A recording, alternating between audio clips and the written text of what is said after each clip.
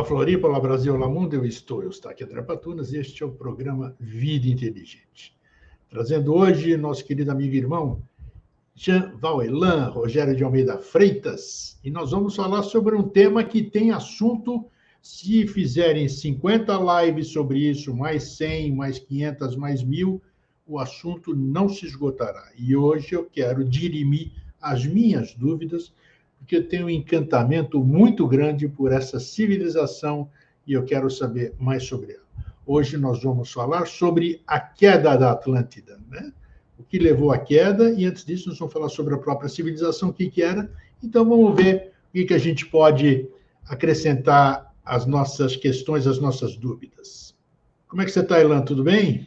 Olá, prazer estar aqui mais uma vez, estarmos juntos, tudo em paz. Eu estava vendo aqui, eu já mandei para você, eu compartilhei para você, alguns meses atrás, né? Uma foto que eu achei dos congressos de ufologia de quase 50 anos atrás, né? É interessante como a gente se encontra nessa vida, né? Como são coisas afins, você sentado lá no auditório, assistindo lá aquelas feras, né, que tinha naquele tempo ali, pô. E o pior é que com o ar-condicionado quebrado, lá no Centro de Convenções em Brasília, um calor terrível. Lá dentro, estava fazendo perto de 40 graus. Aí eu abri a camisa para cá e foi na hora que alguém tirou a foto. E que legal aquele flagrante, né? Foi muito legal. Isso é uma recordação, pô. Eu estava lá, eu provei que eu estava lá. Elan, antes da gente começar, uma curiosidade. Antes de eu entrar na live, eu quero saber, não tem nada a ver com o nosso tema, mas pode ser que muitas pessoas não saibam também. Rogério de Almeida Freitas é o seu nome. Quando você passou a adotar o nome de Jean Vauelan, não precisa me dizer as coisas que não podem ser ditas, não interessa. A minha questão é o seguinte, eu vejo que muitas pessoas na Índia, ou que pertencem a esse grupo, a essa doutrina, patati patatá, peruana, principalmente a Inca, eles, com o tempo, com a evolução, com não sei o quê, eles adotam um nome. Esse nome, igual o seu, por exemplo, como é que a gente pode chamar? O que ele representa? Ele representa é como se fosse um patuá, é uma força. Por que se altera? Amanhã você pode se chamar de outro nome?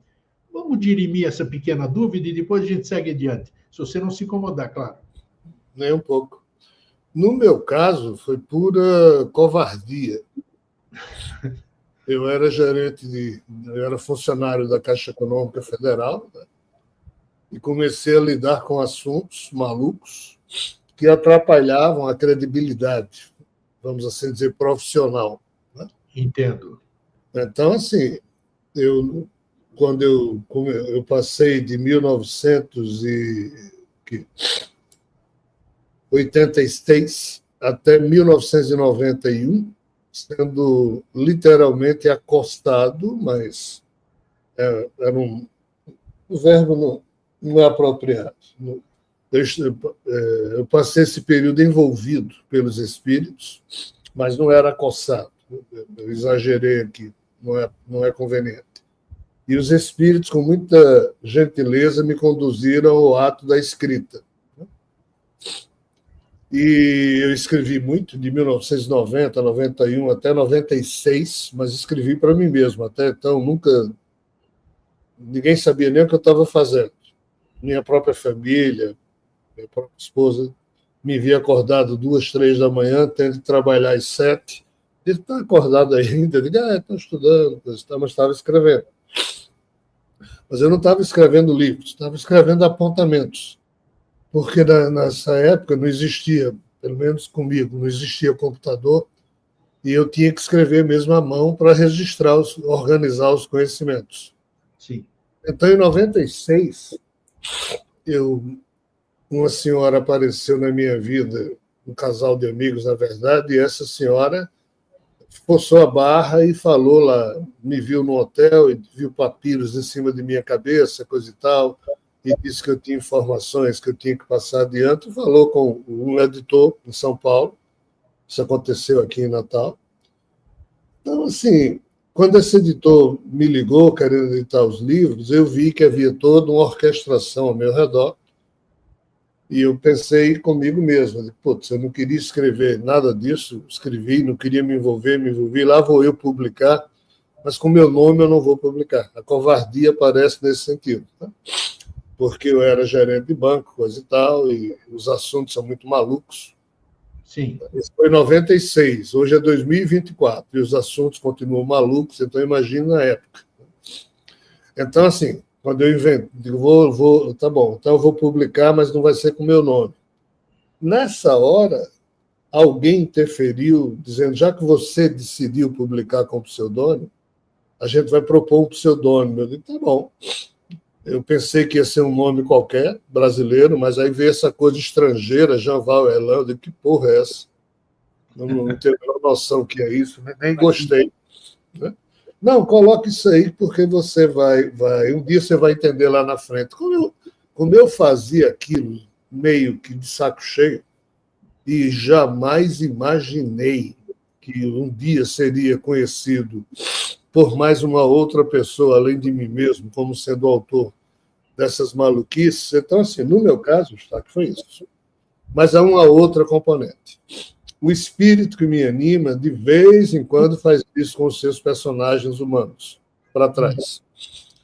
Ele usa essa coisa, essa estratégia de que você nasce, aí você tem os seus próprios planos como ser humano. Ah, eu quero ser jogador de futebol. Ah, eu quero ser professor. Ah, eu quero ser dentista. O espírito deixa. Mas em algum momento ele vai e puxa você para onde ele quer que você vá.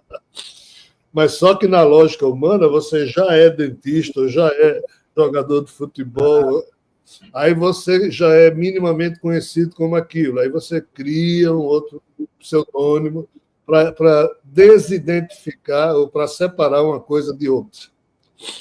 Então, assim, tem essas duas componentes no que se refere à minha porção humana. Mas, em termos de humanidade, no Oriente existe, sim, não tanto aqui no Ocidente, mas no Oriente existe a questão da despersonificação do ego. Tá. Entendeu?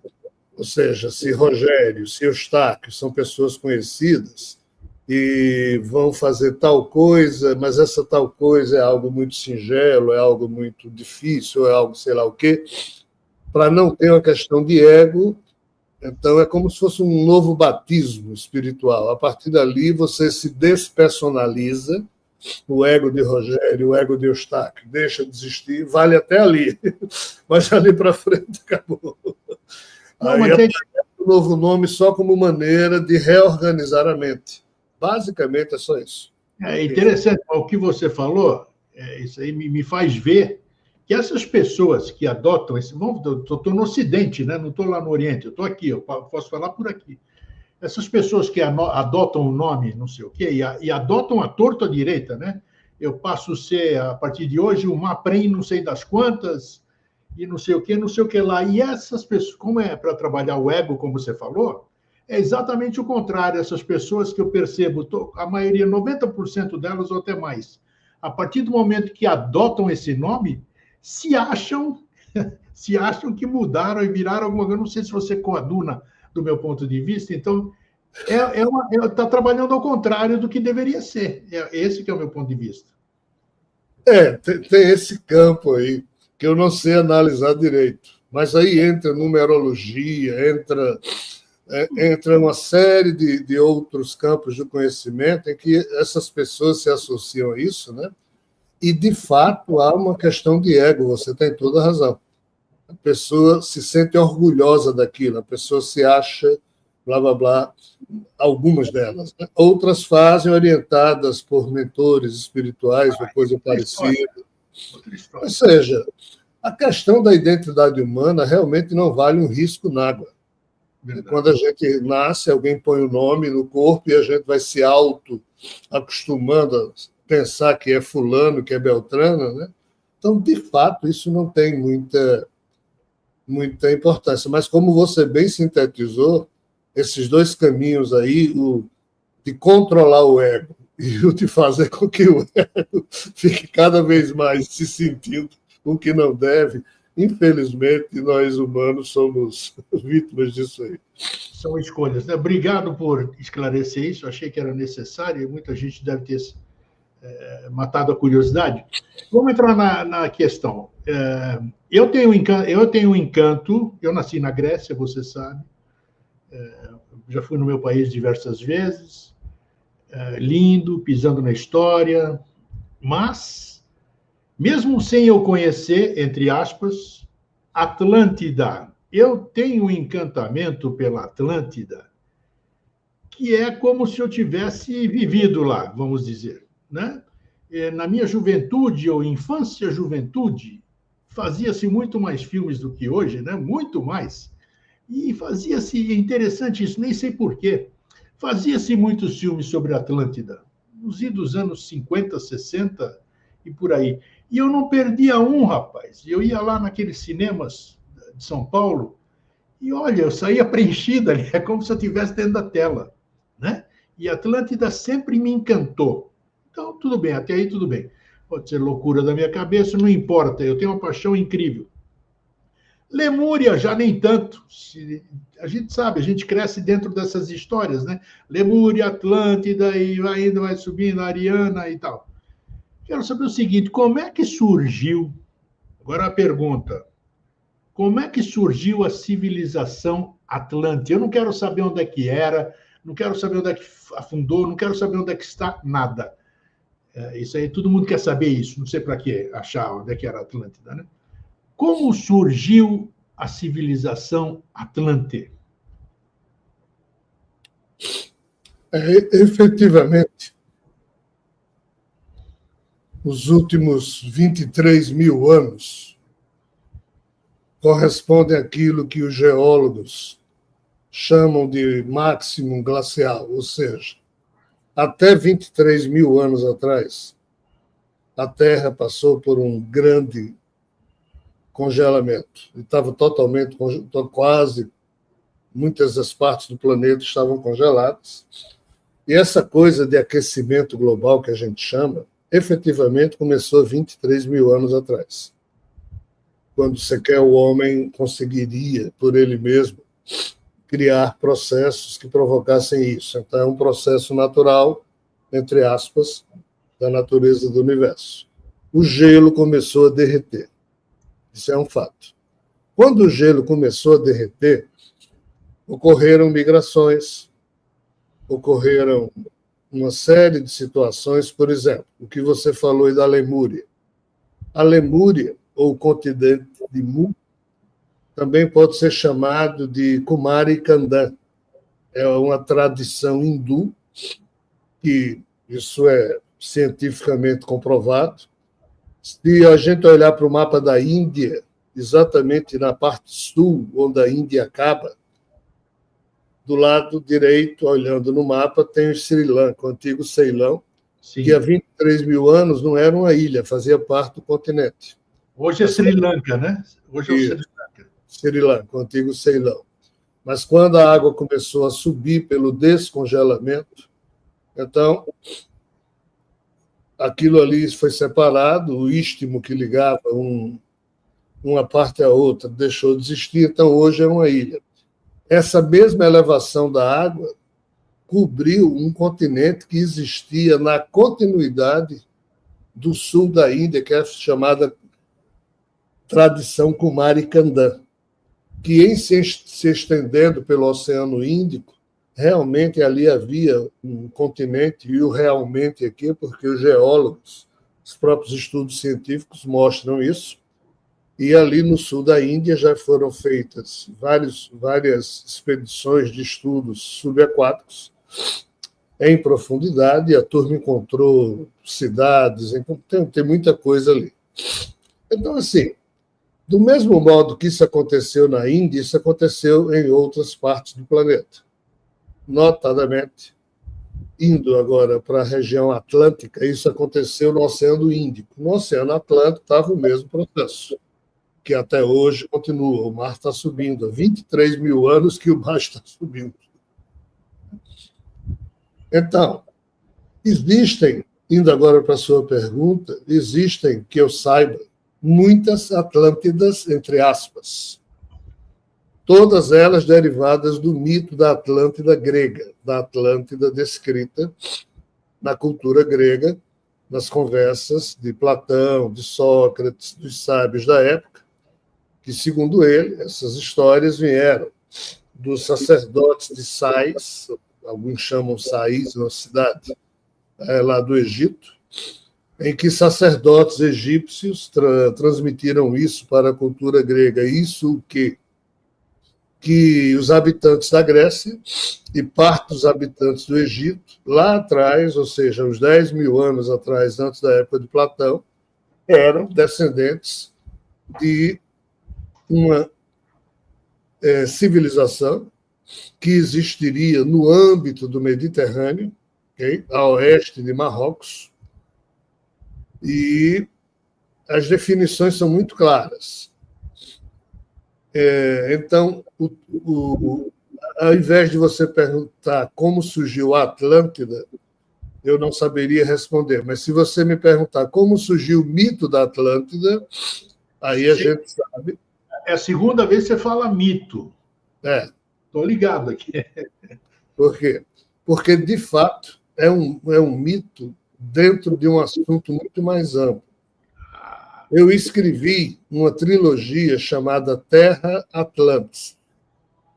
São 3 livros, obviamente. O Sinal de Land's End, Prota Norte e o Era Sapiens. Esses 3 livros eu lancei já faz uns 10 anos, ou mais. E nessa trilogia, eu conto, entre aspas, a história de outras bases que foram fundadas bem antes desses 23 mil anos atrás e que sofreram todos esses problemas de cataclismas, de aumento do nível hidrostático do oceano, blá, blá, blá, e eram culturas que não eram chamadas de Atlantes, mas que, com a decadência de diversas outras civilizações que existiam em ilhas e em outros lugares. Com a decadência dessas civilizações, essa Atlântida referida por Platão, a cultura dessa civilização, entre os anos 20 mil e 15 mil anos atrás, começou a, entre aspas, invadir ou a fazer relações com essas outras culturas. E nos livros que eu apresento, o que a gente chama de Império Atlante não era só uma ilha, eram várias. Ou não era só um lugar, eram vários. Isso ficou conhecido como uma cultura atlante, da qual o mito grego é só uma parte. Certo? Então, na minha ótica, e minha ótica é diferente da de todos os atlanticistas, todos os que já estudaram a Atlântida, né? Por essa questão advinda das informações que eu trato, certas ou erradas, havia um processo maior da Atlântida que envolvia 2 tipos de seres. Opa. Na verdade, 2 e mais 1. Mas os 2 seriam naturais, ou seja, seres que não são sexuados, não são nem macho nem fêmea, seres que eu chamo de biodemo, cujos corpos é parte biológica e outra parte tem o quê? De antimatéria, de um corpo de plasma demo desse universo vizinho. Esses seres, eles terminaram sendo obrigados a trabalhar juntos com seres puramente demo, ou seja, com os filhos de Poseidon, são vários tipos de... Se você olhar a mitologia grega, o que se refere ao chamado mundo aquático, você vai encontrar diversas espécies de seres racionalizados que viviam na água, tipo os descendentes de Tritão, as oceânides, as sereias, tem assim uns 4 ou 5 tipos de descendentes de Poseidon, que são seres aquáticos que não são referidos em nenhum livro de ficção, mas tem. E assim, esses seres biodemo com esses seres demo estão na base das principais gêneses dessas ilhas ou civilizações que mais tarde vieram a ser conhecidas como atlanticistas. Mas eles vieram de onde, Elan, esses daí? Biodemos vieram no bojo da rebelião de Lúcifer, ou seja, vieram de Capela para a Terra em naves. Tá. Inclusive, tem uma nave deles caída lá na Antártida, e aqui em Natal, onde eu moro, há 18 mil anos atrás, o mar onde ele é hoje, ele não existia, ele era lá dentro. E uma das bases que esses seres biodemo fizeram é que foi construída aqui, onde hoje é o Oceano Atlântico, nas costas da cidade de Natal, João Pessoa, Fortaleza, fizeram uma base Atlan muito grande, cuja única notícia dessa base Atlan, que eu falo nesses livros, posteriormente, uma amiga leitora encontrou uma foto disso no Museu do El Condor, em Machu Picchu. Olha só. Mostra o continente americano, e ao lado do continente americano, na curva do continente americano, onde Natal, a cidade onde eu moro, está situada, tem uma coisa lá no meio do oceano, que ninguém sabe exatamente o que é. Eu não sei se eu conseguiria. Até um dia desse eu tinha isso aqui no meu. Ah, está aqui. Eu não sei se eu vou conseguir mostrar. Não vou mesmo. Isso aqui é o continente americano deitado. Tá. Aqui, ó. Aqui, sim, essa coisa que seria a base Atlas ao lado do continente americano. Então, isso aqui é uma foto do Museu de Pedra lá de Machu Picchu, que mostra exatamente essa base Atlas. Então, esses seres biodemos, tá? Eles vieram no bojo da rebelião de Lúcifer e construíram várias bases no mundo. Essa base Atlas é só uma delas. Me fala o tempo disso, mais ou menos quantos mil anos atrás, só para a gente saber. Essa base foi construída há 98 mil anos atrás. E o mar começou a cobrir ao longo dos últimos 23 mil anos. Perfeito, tá bom. Tá? Essa base aqui é chamada de Atlan, ou seja, o nome Atlântida, essa coisa toda. Tudo derivado. Está distribuída em diversas áreas. Então, assim, fechando, para eu devolver a palavra para você, na minha perspectiva, certo? A Atlântida descrita no mito grego tem a ver exatamente com uma relação que essa civilização tinha com os descendentes do continente hiperbóreo, que são os tuatas de Danã, que desceram lá do Polo Norte, desceram para a Irlanda, desceram para a Escócia, para o Alasca, para a Sibéria, para a Islândia, e chegaram, sim, na costa de Portugal.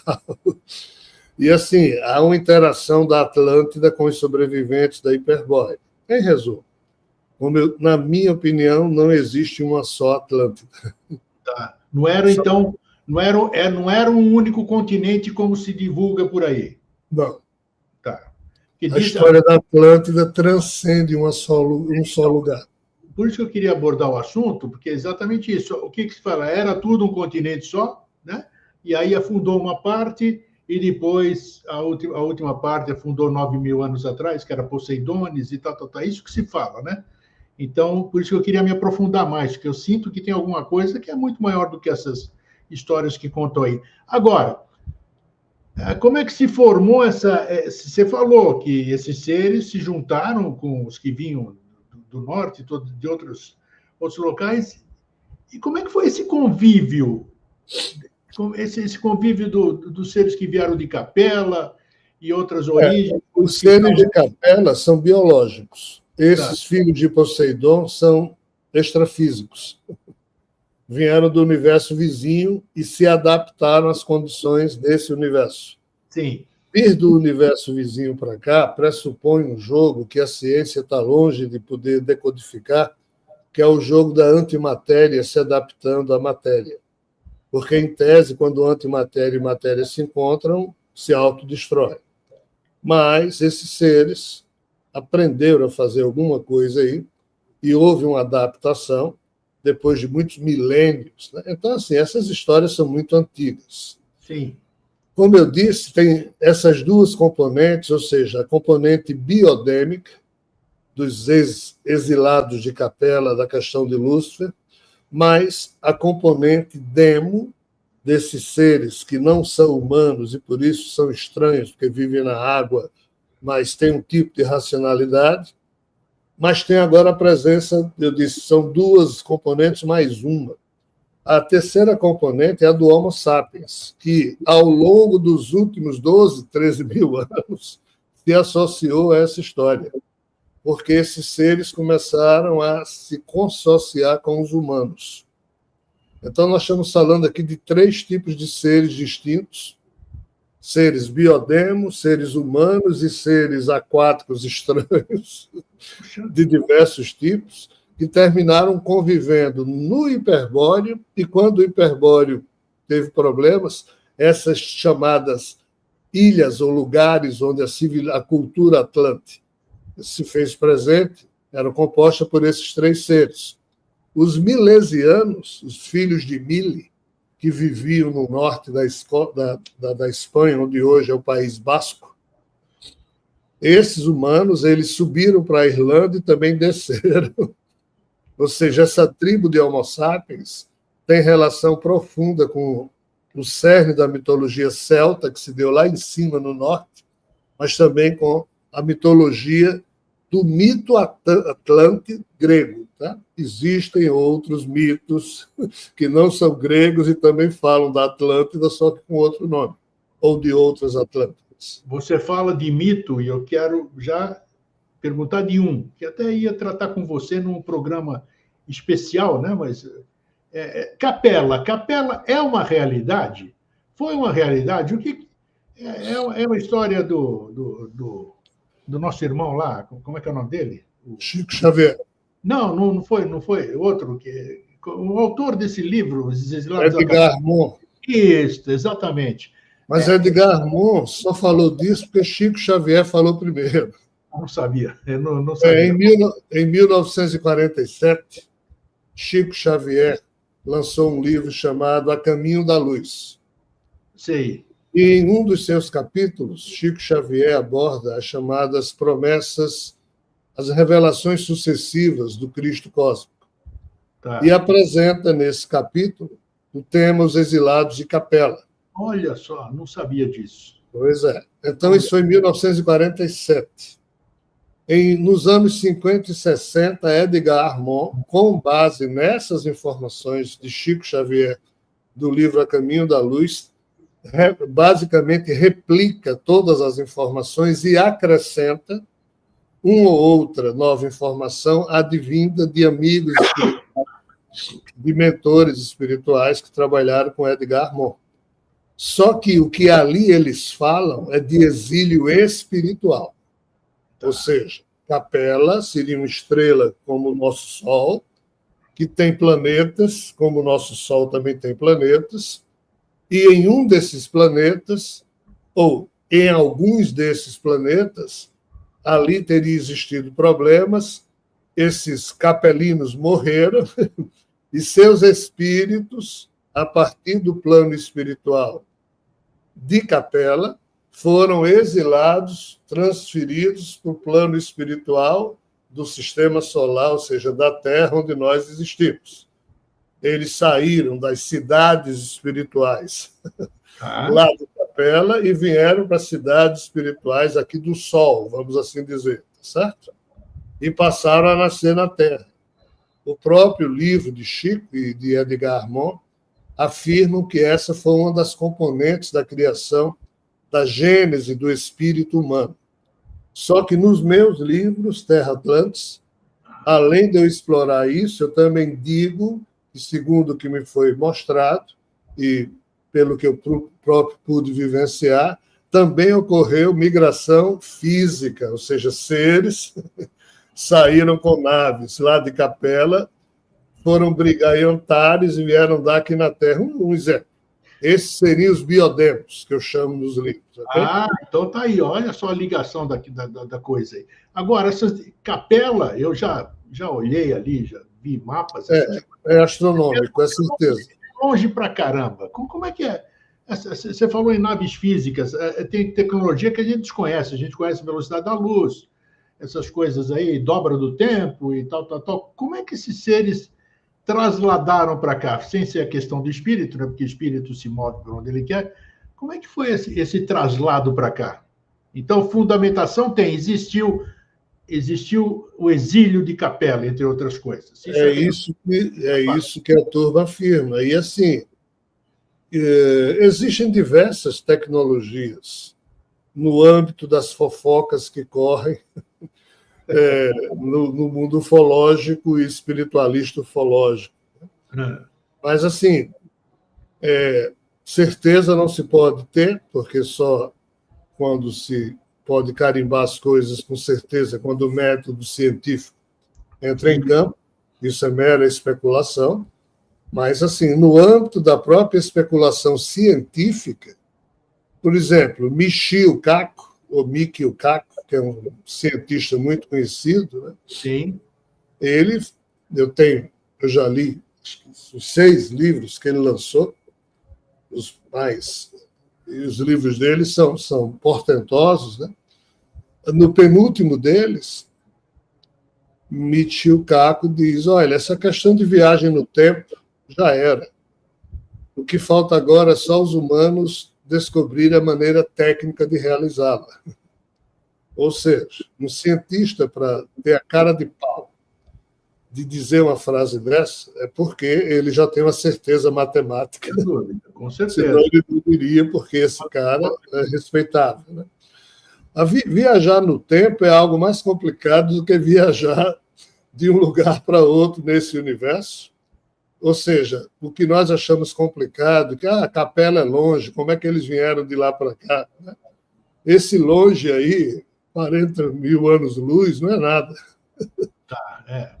Dentro dessa perspectiva, os cientistas também dizem que os chamados wormholes, nós estamos em dezembro de 2024. No mês de novembro, eu li uma reportagem ainda não li, na verdade, eu recortei para ler uma reportagem que é em inglês, e tem muito termo ali que eu não conheço, então eu vou ter que estudar, mas os cientistas descobriram os restos fósseis, no sentido astrofísico, de uma estrada que existe entre Terra e Sírius. Olha bem, entre o Sol e Sírius. Os cientistas, vou dizer de novo, descobriram um tipo de estrada cósmica, ou sabe-se lá de que tipo, que está construída entre Sol e Sírius. Sírius é a estrela mais brilhante. Que é longe pra caramba também. Que é longe pra cacete. É mais longe do que Capela. Pelo que a gente conhece de distância, assim, é obrigado. Pois é. Então, assim, mas os cientistas estão dizendo, eles não sabem classificar que tipo de resultado é esse, se isso for um buraco de minhoca, chamado wormhole, que um dia encurtou, o Sol estava aqui, o Sírius estava aqui, vamos pegar uma folha de papel aqui. Sol estava aqui, Sírius aqui, um belo dia alguém cortou o espaço e deixou bem. E aqui tá, né? Quando isso foi desfeito de novo, parece que ficou um rastro aqui dessa estrada. Então, assim, não há mais dúvida da parte da ciência que diversos tipos de buracos, ou seja, de singularidades, seja o buraco branco, o buraco negro, o buraco de minhoca, ou seja, buracos são o que existem nesse nosso universo, que encurta e possibilita viagens que a gente hoje não faz a menor ideia, a não ser olhando no campo da ficção. Legal. Aí entra o Shakespeare e fala, né, que há mais coisas entre o céu e a terra do que supõe a nossa boa filosofia. Bom, você está chegando onde eu queria, e está muito bem encaminhada a coisa ali. Ó. Aí se encontra esses seres subaquáticos, esses outros nomes aí que eu não vou decorar nunca, a procedência que você falou, de onde vem, os capelinos também, para você me responder que essa é a constituição, digamos assim, da raça Atlante, do continente, das Ilhas Atlantes. Confere ou não? Sim, confere. E se você quiser um novo dado, se um dia você, nessa vida, tiver tempo de estudar a mitologia, a cultura dos esquimós, no Alasca, você vai encontrar indícios interessantes de um outro tipo de Atlântida. Tá? Você nunca falou sobre mitologia dos esquimós, pelo menos? Não, porque não é conhecida, e se eu for ter que falar, eu vou ter que explicar tanto conceito básico para poder me referir a ela que o tempo do programa vai todo embora. Tem literatura a respeito ou não? Mitologia dos esquimós? Tem, ainda que vinculada a uma questão de fé de um grupo de estadunidenses que terminaram transformando aquilo ali numa religião. Então não vale a pena. Então você tem que primeiro filtrar para poder ir no âmago da questão. E você vai fazer isso? Se eu te conheço... Não, eu já fiz, mas fiz só como estudioso. Eu nunca me... Você sabe das mitologias, por isso que eu estranhei você não inserir Pois é, Eustáquio, sabe quantas raízes mitológicas existem só na África hoje? África? Sim, 492. Só rindo mesmo. Só rindo, cara. São 492 etnias que ainda restam na África. Antes eram 700, com mais de 1.000 dialetos. Nossa. Contando histórias absolutamente malucas desse passado que hoje, para nós, é cheio de brumas e a gente fica aqui falando como se fosse lenda, sem ter certeza de nada. A mais conhecida é dos Dogons, né? Dos Dogons ali, sei lá. Pois é. Então, assim, é maluquice. Lá no norte, lá na Sibéria, no Alasca, no Canadá, o que tem de mito também perdido que a gente desconhece. Então, assim, nós somos uma geração órfã de pai e mãe, órfã de informação. Nós somos burros pra cacete. Acredito. E querem que a nossa burrice foi imposta pelos fatos, porque tudo isso, essas notícias foram destruídas. Cara.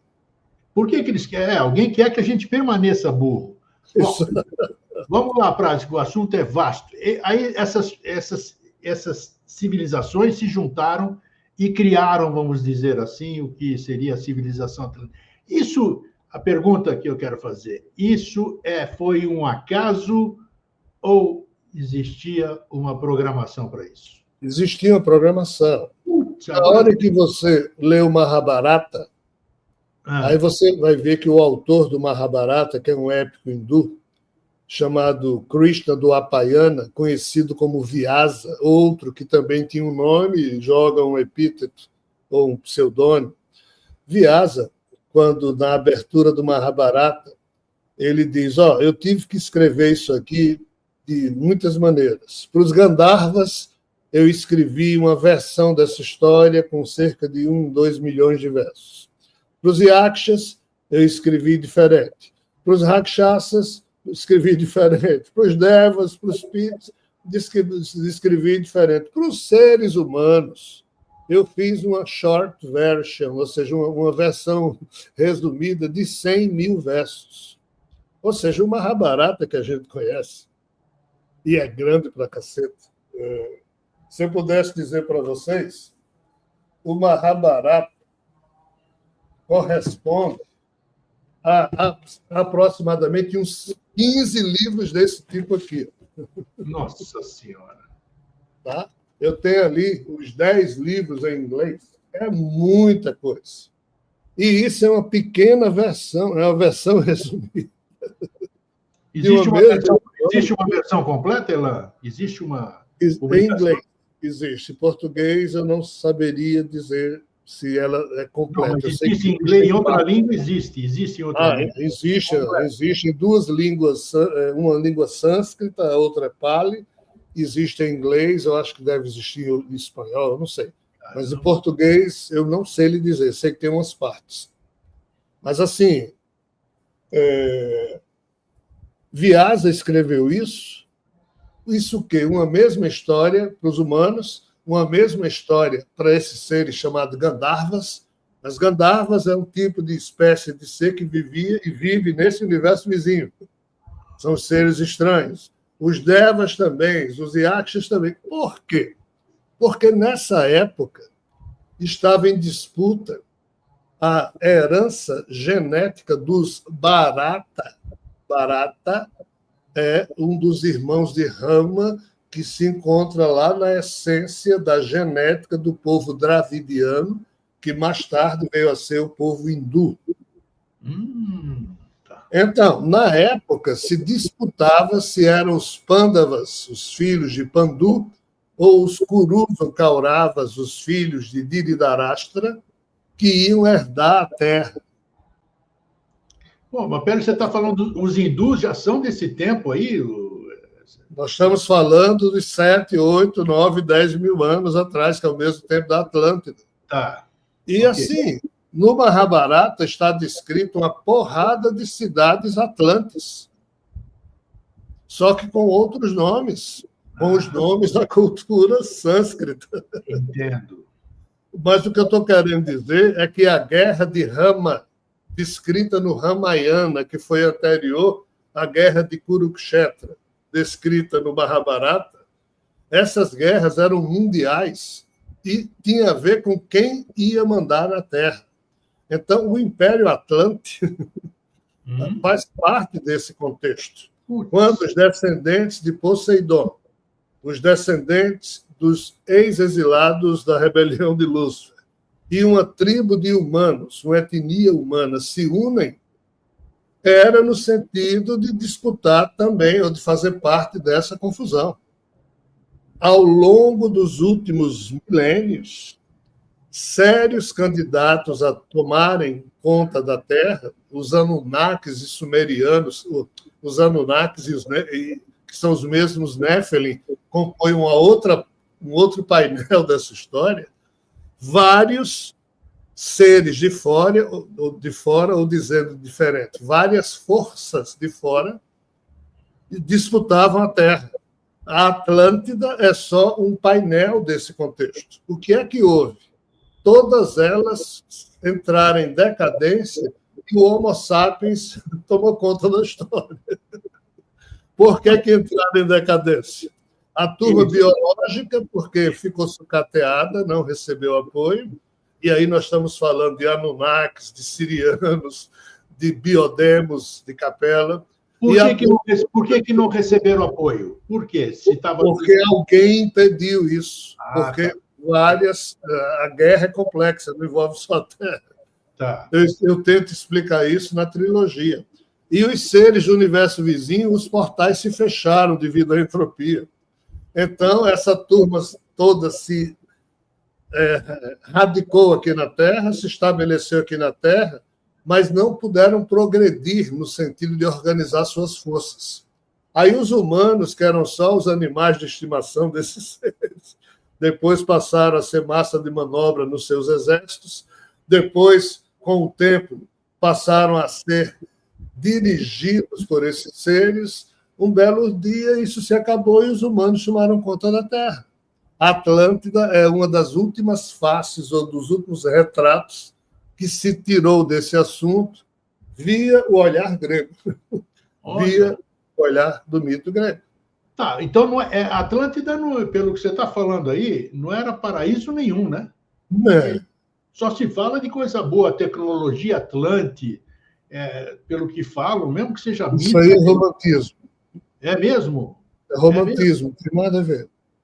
Não me decepciona, eu tenho saudade de lá, vou deixar de ter, pô. Não, mas vejam só, o nosso espírito, ele se liga através de boas recordações, de boas sensações, aos momentos em que ele existiu nessas circunstâncias e que isso acrescentaram na gente protocolos de evolução. Então, sim, o passado o passado sempre foi mais fácil de ser memorizado pelos nossos espíritos do que essa época maluca que hoje a gente vive, que a gente tem que conversar correndo, se encontrar correndo, se despedir correndo. Então, o espírito da gente fixa pouco no sentido de aprofundar as sensações daquele encontro. Agora, imagine o que é você morar num lugar, e aí eu ia fazer uma visita a você, ficava 2 anos morando no seu palácio, aí a gente desenvolve uma amizade, isso fica muito mais marcado do que o encontro rápido de Rogério Eustáquio em Florianópolis para tomar um café, ou para gravar um programa de 1 hora, entendeu? Então, assim, o nosso espírito tem essas sensações. E agora, isso não quer dizer que tenha sido uma época de ouro, como Hesíodo, na sua Teogonia, demonstra. A época de ouro de Cronos refere-se a outros momentos ainda dessa história estranha que eu estou falando aqui, que é a disputa da Terra. Mas a Atlântida em si não foi uma época de ouro. A Atlântida teve seus bons momentos, milênios de bons momentos. Se quiser chamar isso de era de ouro, também vale. Tá bom, vamos desmitificar ou desmistificar. Vamos além agora, tá? Caminhando bem. Aí afunda dizem, 9.000 anos atrás, eu não sou capaz de mensurar isso, não tenho prova nenhuma, mas dizem que 9.000 anos atrás afunda a última ilha dessa bagunça toda, que seria Poseidones. E que, até aí tudo bem, e que, vamos entrar no Agartha, essa cidade que existe nos mundos interiores, que dizem existir nos mundos interiores, seria composta por remanescentes atlantes. Qual é a sua opinião sobre isso? Eu não vejo maiores problemas em admitir um tom de seriedade mitológica sobre essa possibilidade. Por quê? Porque, de fato, até aproximadamente 2.600 anos atrás, muita coisa aconteceu em termos de passagem entre portais entre esses dois universos. Então, assim, se uma determinada... Isso aí você tem alguma literatura sobre isso? Vários. Talvez a mais rica, hoje em dia não é, mas seria o livro de Veles, que fala da mitologia eslava, quando fala do trânsito entre o Yav, o Prav e o Naj. Esses são os 3 nomes dos famosos 3 mundos, ou seja, do nosso universo, do universo vizinho e do mundo dos mortos, como eles chamavam na cultura atual, só que não é mortos, porque a coisa não era bem assim na época. Então, para você sair do Yav, vir para o Naj, ir para o Praj, ou seja, o que for, esse trânsito sempre existiu. Ele hoje é estranho para a gente, porque a gente não vê mais portal e não vê ninguém chegando. Fechou? Como dizem, fechou? Fala assim de fechar, ninguém sabe o que fechou. De 2600 para cá, isso foi travado em 2012, pela entropia. Mas veja só, cidades maia, da cultura maia, ao longo dos últimos 2.000 anos, ainda foram ou tiveram suas populações literalmente passando por portais para esse tipo de cidade que existe próxima à fronteira dos 2 universos. E existe. Você fala em Agartha. Mês de fevereiro, eu estive em Ayodhya, na Índia. Tá. E eu estou fazendo aos poucos os filmes sobre a viagem, né? Mas o último filme que eu lancei no YouTube chama-se Os 3 Reis de Ayodhya. Só que não é Ayodhya só a cidade do lado de cá, porque na época tinha Ayodhya do lado de lá. Tá. E tinha o nome do rei lá e tem o nome do rei aqui, que era Rama, e Rama terminou sendo o rei das 2 Ayodhyas, ou seja, a Ayodhya do nosso universo e uma cidade do universo vizinho que também se chamava Ayodhya. Então, assim, eu estou só lhe dizendo que na época em que surgiu essa fofoca, que uma certa parte da Atlântida, antes de fenecer, parte da sua população foi para Agartha, E isso faz parte, sim, de um conjunto de mitos, todos eles referentes a essa época do passado. E o que fica é, ou muita gente, em vários lugares da Terra, resolveu mentir ao mesmo tempo, inventando e criando histórias absolutamente malucas, sem ter tido contato uns com os outros, ou, de fato, houve algo muito sério, parecido com isso, ou desse jeito, que foi sobejamente descrito em diversos mitos. O Japão é uma terra absolutamente rica nessas questões de mitos. Por quê? Porque Atlântida era só uma das partes da Timé, é uma expressão grega que significa majestade, de Poseidon. As ilhas do Japão, todas elas, pertencem a Amaretaço, é o nome da Amaterasu, acho que é o nome agora me enrolei aqui com o nome da deusa japonesa, e Susanoo. Essas duas figuras, Amaterasu e Susanoo, nada mais são do que Atena e Poseidon, só que com os nomes em japonês. Japonês, claro. E o Nijoki, que é um dos livros da cultura mitológica japonesa, fala absolutamente todos os imperadores descendentes da genética desses seres que compõem a Casa Real do Japão até hoje. Hirohito, Naohito, os últimos 3 imperadores do Japão, mostrariam uma genética. Então, assim, o que hoje é o Japão, um dia foi o Império Atlântico, e a gente não sabe, mas nesse contexto maior. Então, os imperadores do Japão têm uma linhagem. O pior é que tem. E o Naguni, no Japão, por exemplo, que é uma cidade construída que hoje está embaixo do mar, porque o mar foi subindo, cobriu Yonaguni, e os mitos japoneses falam de deuses marítimos. Mas são inúmeras histórias. Tipo, você me dizia assim, Rogério, eu vou passar 4 meses na cidade lá embaixo do mar. Aí eu dizia, manda lembrança para fulano que ele está lá. Aí você ia. Aí voltava, fulano mandou um abraço também para você. Fazia parte da cultura japonesa isso. Então, assim, nós estamos falando das mesmas histórias envolvendo 2 universos e a presença de seres não humanos em todas as culturas da Terra. Eu já estudei e continuo estudando tudo isso. O problema é que isso se chama, pejorativamente falando, mitologia e ninguém dá valor. Só que a nossa burrice reside em não olhar seriamente para esse assunto e dar de barato isso como não sendo verdade. Aí por que eu chamo de burrice? Porque a gente, nós mesmos, estando varrendo para debaixo do tapete da nossa soberba, várias informações que poderiam nos ajudar a romper a ignorância da qual nos tornamos prisioneiros. Mas sou voz solitária na história. E você já me disse aqui, eu sei que você é um estudioso, né? Você já fez um trabalho, acredito, não sei nem se você publicou, você já fez tanta coisa aí.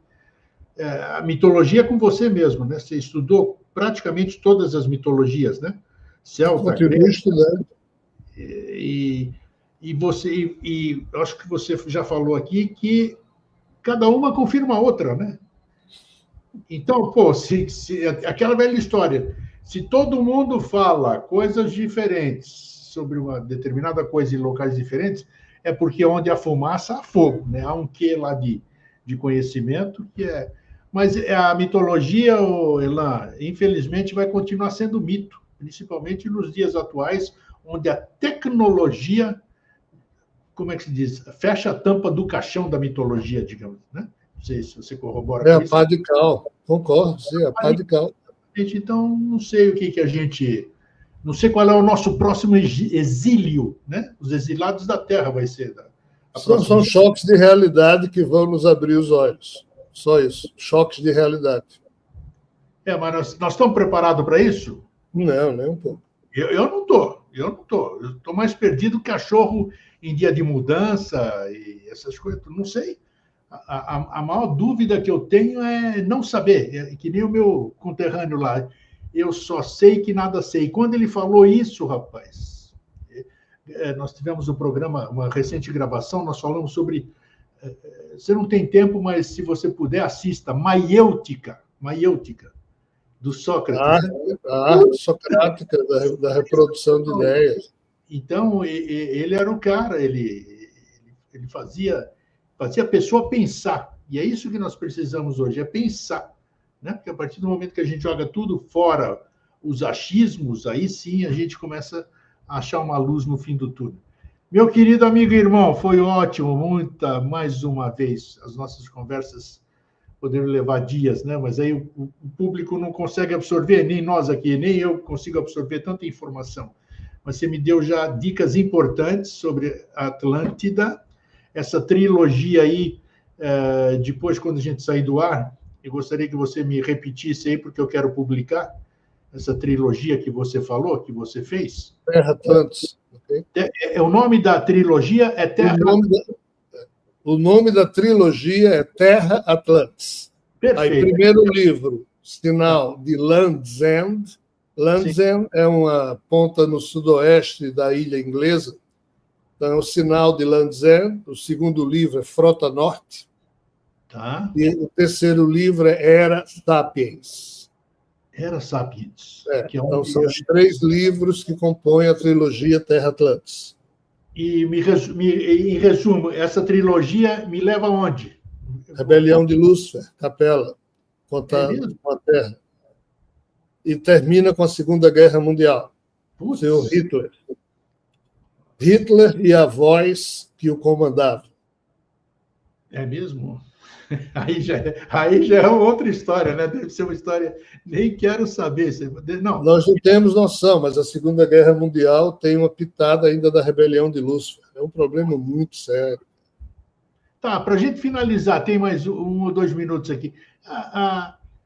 Muita gente fala sobre. Você falou da rebelião de Lúcifer, que Lúcifer, que é o ser da luz, o carregador de luz, que não é esse diabo que falam por aí, ele foi redimido. A gente conhece aqui na Terra como anjo rebelde. As religiões vendem ele como anjo rebelde, que se confrontou com Deus, essas coisas todas. Uma pergunta: Lúcifer foi redimido ou não? Olha, segundo a lógica da qual eu parto, isso. Lúcifer nunca foi julgado por ninguém, porque ele nunca fez nada de errado. Tá aí, mas aí, porra, então você vê... Esse é o problema que eu explico no Terra Atlantis. Aí é que tá uma pessoa...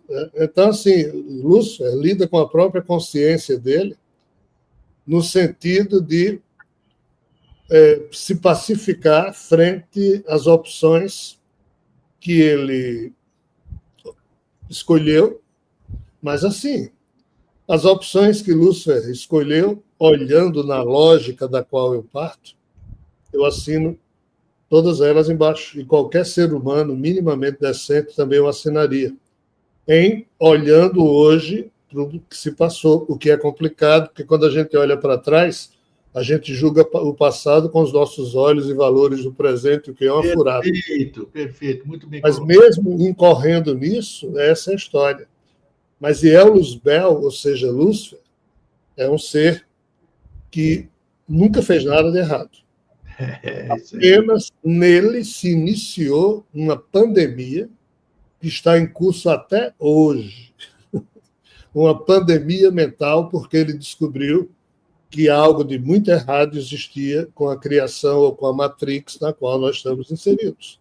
Por isso que eles fazem questão de mantê-lo como...